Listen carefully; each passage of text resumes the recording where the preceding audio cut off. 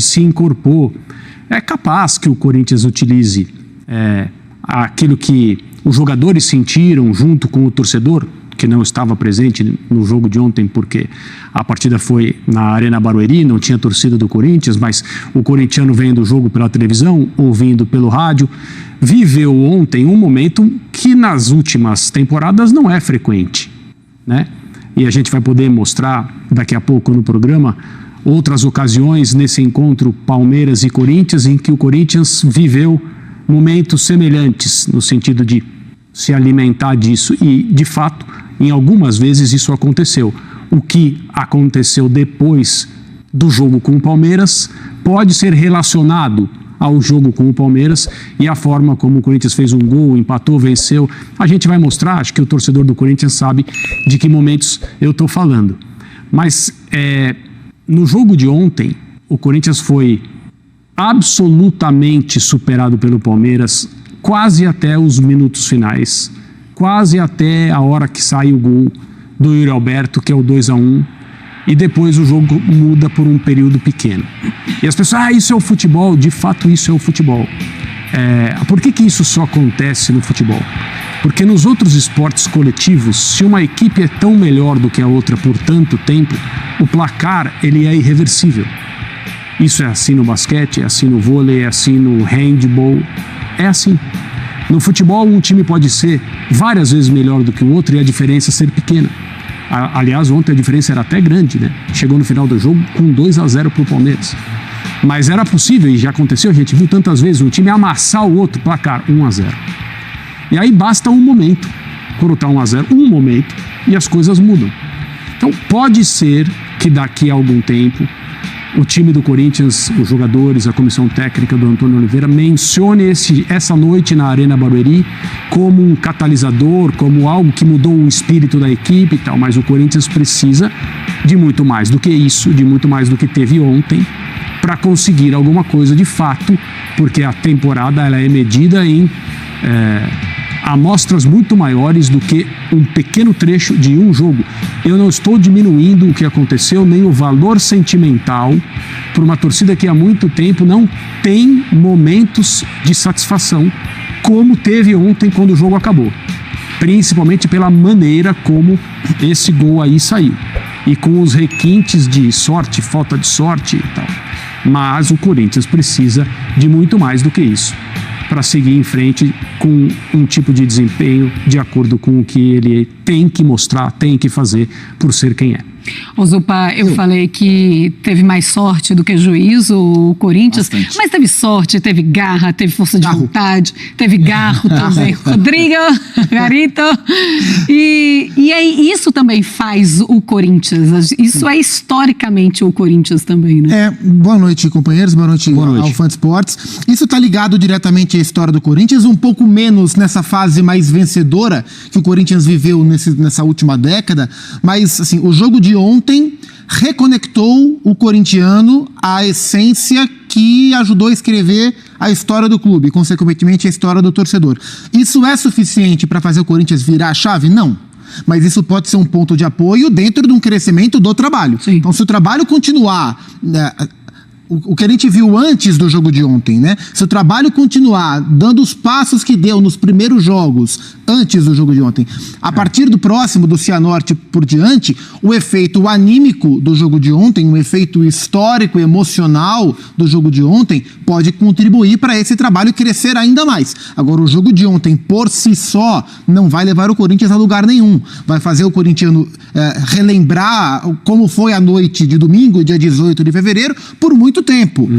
Vai rodar meme por muito tempo. O Gustavo Henrique vai ter história para contar pro resto da vida. Mas isso por si só não vai resolver, né? O Corinthians já viveu momentos mais ou menos similares em outras temporadas, só que sem trabalho ninguém anda, né? O Palmeiras não foi campeão brasileiro porque ganhou do Botafogo, mas porque é um time muito forte, tem um trabalho muito bom, viveu uma noite histórica e aquilo, somado ao que o time conduziu o Palmeiras à conquista. O jogo de ontem foi de fato muito especial, a gente costuma falar que o derby é um campeonato, é um jogo que não acaba, e o derby não acabou ainda, a gente está falando sobre lances, a gente está falando sobre expulsões, a gente está falando sobre lesões, a gente está falando sobre consequências.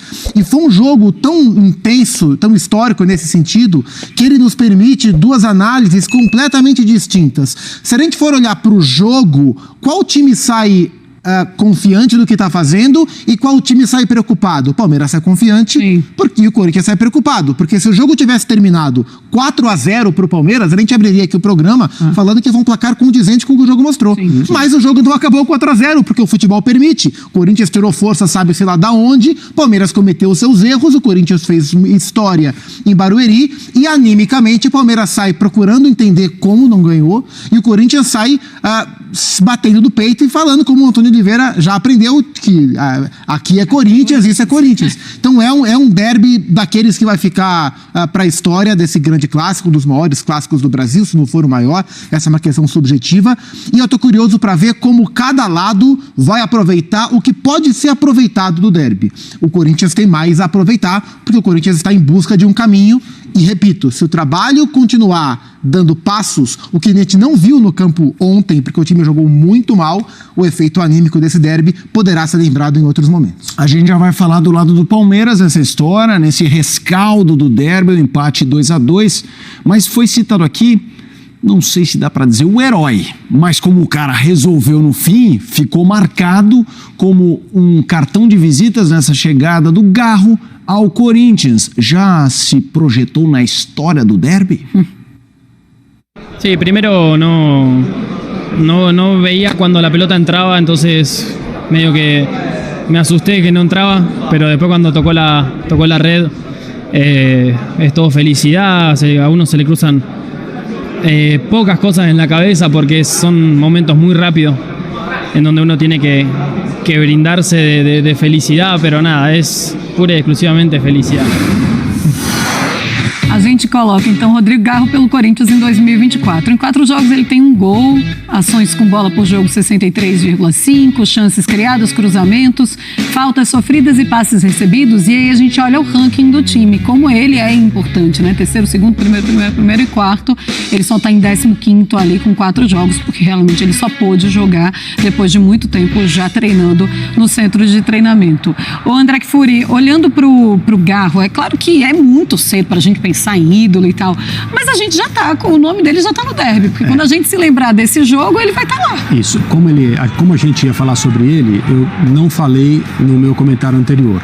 A respeito desse jogador, dá para afirmar que o jogo de ontem é um antes e um depois. E é logo rápido no caso da carreira dele no Corinthians, porque ele demora para estrear, como a gente mostrou, então ele conhece o clube, ele sente as dificuldades, ele vive esse período de início de 2024 que tem sido muito complicado para o Corinthians e ele não tem durante as primeiras semanas ali da sua carreira como corintiano, contratado, treinando, mas sem poder jogar, ele não tem como ajudar. Aí ele entra nas primeiras partidas, nos primeiros minutos dele com a camisa do Corinthians, já se mostra à vontade, conectado, como se estivesse ali há muito tempo. E são os primeiros minutos, são os primeiros jogos. E aí vem o primeiro jogo de grande relevância no qual ele poderia fazer alguma coisa. E é isso que ele faz. Então, no caso dele, que já vem se mostrando um jogador de personalidade, que tem muita confiança na própria capacidade, querendo ajudar de diversas maneiras, não acho que ele fazia uma grande partida ontem. Não. Ninguém fez. Até o momento final, ele acrescenta uma situação de bola parada que o Corinthians precisava e agora tem com ele. É mais uma faceta do que ele pode fazer. E ele faz um gol que é um gol diferente dos outros. Não é simplesmente um gol de falta nos acréscimos que empata um clássico.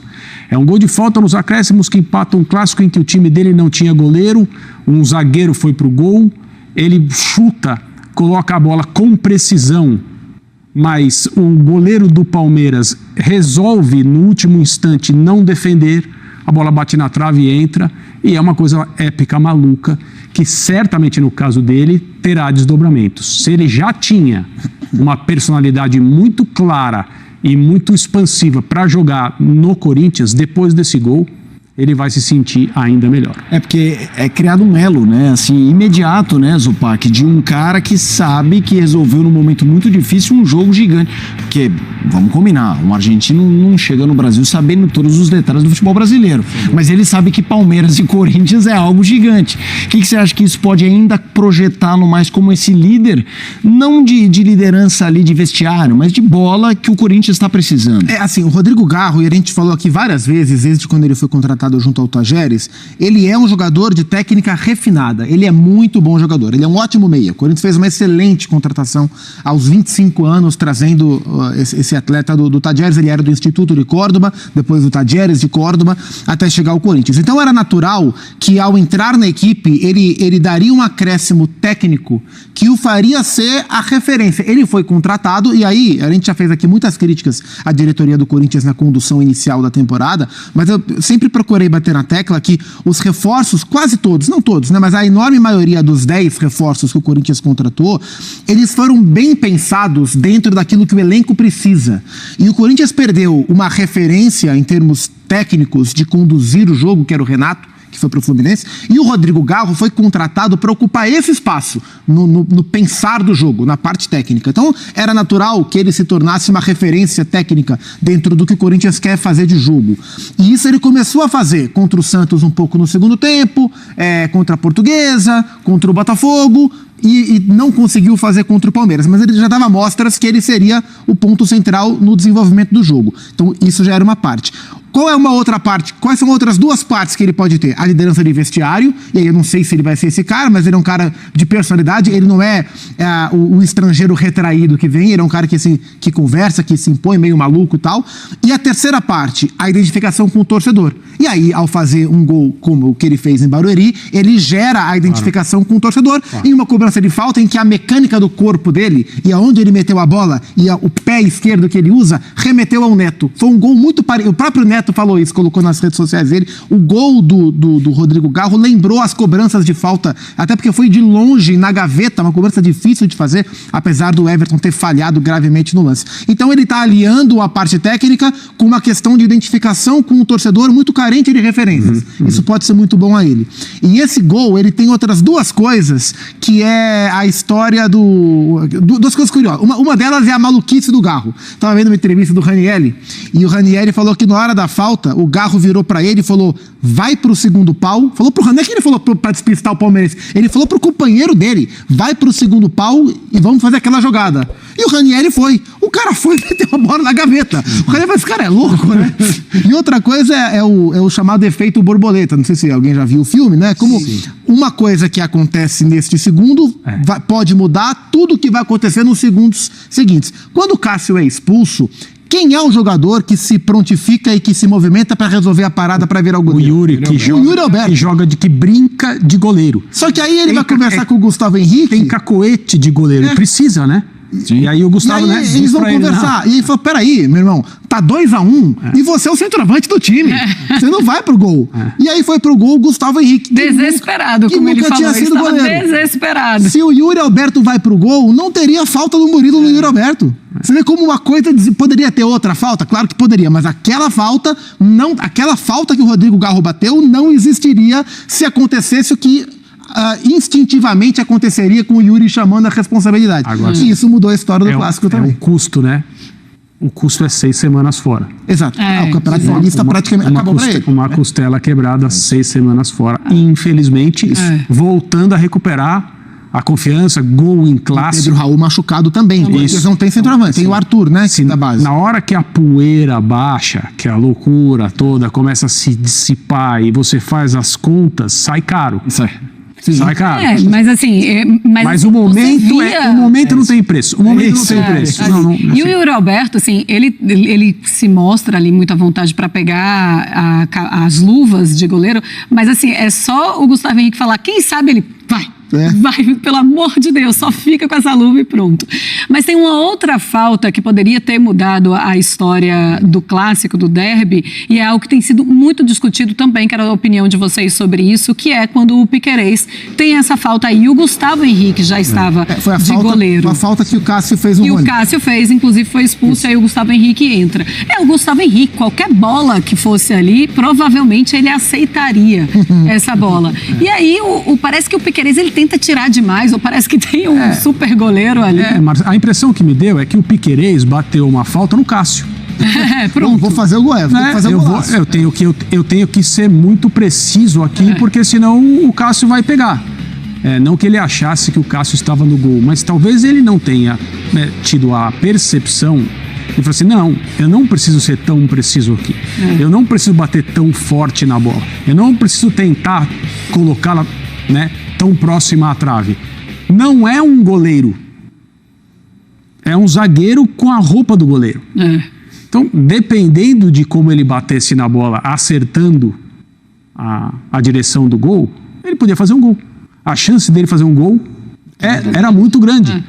E ele tentou, a minha impressão é que ele foi bater, foi fazer a cobrança de falta, que ele faria se fosse um goleiro profissional capaz, vestindo a camisa do Corinthians naquele momento. E aí a bola sai, o Corinthians respira, sai outra falta e o jogo acaba empatado. Talvez os atletas são tão treinados e acostumados a buscar excelência que ele não sabe bater a falta mais ou menos, E vai que ele bate mais ou menos e o Gustavo pega, fica desmoralizante pra ele, Vou meter no trinco pra não ter conversa. E ela passou muito perto.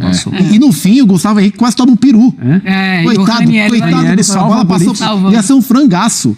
Esse foi um jogo que realmente ele trouxe muitos elementos. O Gustavo Henrique poderia fazer o que fosse ali, lógico. E ele falou, eu tava desesperado e no finalzinho estavam todos os jogadores, vamos fazer o que der, vamos tirar essa bola, porque coitado, se chegasse ali ia entrar. Você imagina se ele toma esse gol desse jeito, depois do gol do Garro? Pois Mas esse jogo foi uma loucura. Foi loucura total. Vamos lá, informação sobre o Cássio. Ele sofreu um trauma no quadril direito, realizou tratamento com os fisioterapeutas do clube e será reavaliado diariamente para saber a sua condição. Já a gente vai falar sobre os lesionados, O Yuri Alberto do lado do Corinthians e o Murilo foi violento no lance, Para mim era lance para cartão vermelho. Sim. Acho que o VAR poderia chamar a revisão, o árbitro poderia não ver, entender como amarelo o Klaus, mas era um lance que, no meu entendimento, cabia um chamado do VAR para revisão do lance.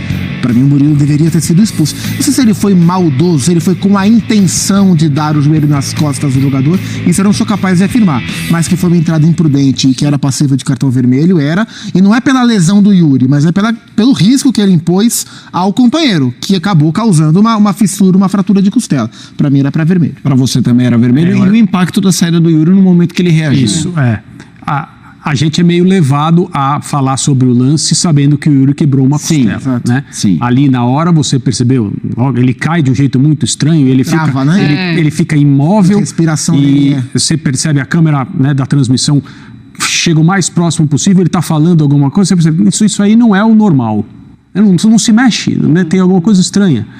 E depois ele sai daquele jeito todo, o departamento médico do Corinthians, a maca saindo tão lentamente do gramado, descendo a escada do vestiário, você percebe que tem alguma coisa errada. Mas eu achei excessivamente violento o Murilo nesse lance. Não foi o único lance de um jogo como o de ontem que dá para falar sobre isso. Tem também a entrada no Gustavo Gomes, que dedo fraturado também, a gente pode colocar no mesmo tipo de ocorrência. Mas especialmente o Murilo, eu achei que ele foi um pouco forte demais. O Zuppa, e esse prejuízo para o Yuri e para o Corinthians, no momento em que ele começa a se reencontrar no time? Prejuízo em várias esferas, Individualmente para o Yuri, claro que é. O Yuri Alberto tem sido um rapaz muito azarado na sua trajetória do Corinthians, porque quando ele tá são, ele não tá jogando bem. Aí quando ele começa a fazer, nem tá jogando tão bem, mas quando ele começa a fazer os seus gols, e gols importantes, ele tem uma lesão dessa que vai tirá-lo. Assim, acho pouco provável que o Corinthians avance no Campeonato Paulista, então acho que o Yuri só volta no Campeonato Brasileiro, na Copa Sul-Americana. Então é um desfalque importante do ponto de vista individual do atleta. É claro que é trágico para ele nesse momento, E pro Corinthians também, porque por dois motivos, né? Como a gente falou. Primeiro, o Corinthians tem 2 centroavantes, os 2 estão machucados. Vai ter que jogar o Arthur, que foi campeão da Copinha, fez até gol contra o São Paulo, ou ele vai ter que centralizar o Romero ou o Pedro Henrique, embora o Pedro não goste de jogar, aliás, entrou bem o Pedro Henrique, gostei do Pedro Henrique, os minutos que jogou, acho que é um cara que vai ajudar o Corinthians, mais uma contratação, uma boa observação para compor o elenco do Corinthians, mas embora o Pedro goste de jogar pelos lados, o Kudê, que joga com 2 atacantes, estava usando o Pedro Henrique por dentro. Então, ou o Romero vai jogar por dentro, ou o Pedro vai jogar por dentro, ou o Antônio vai buscar o Arthur. Então, pro Corinthians é ruim porque perde 2 centroavantes e porque está no momento de encaixe de trabalho. E o Yuri tem sido um cara importante nesse encaixe. Então, é uma notícia muito ruim no contexto geral, na conjuntura do Corinthians para a Copa do Brasil e para o fim do Campeonato Paulista. Na conta de semanas, é muito difícil, né, ser preciso, mas seria a semana da decisão do campeonato. O Corinthians não precisaria só passar, precisaria chegar à final. Aí poder jogar. Ativar o modo ninguém segura. Mas a previsão, mas a previsão do Pedro, Raul, é voltar antes, né? Não, sim, tem de ajudar, mas por hora é um desfalque duplo pro jogo de quinta-feira, por exemplo, contra o Cianorte na Copa do Brasil. Acho que é quinta-feira o jogo, hein? Quinta-feira.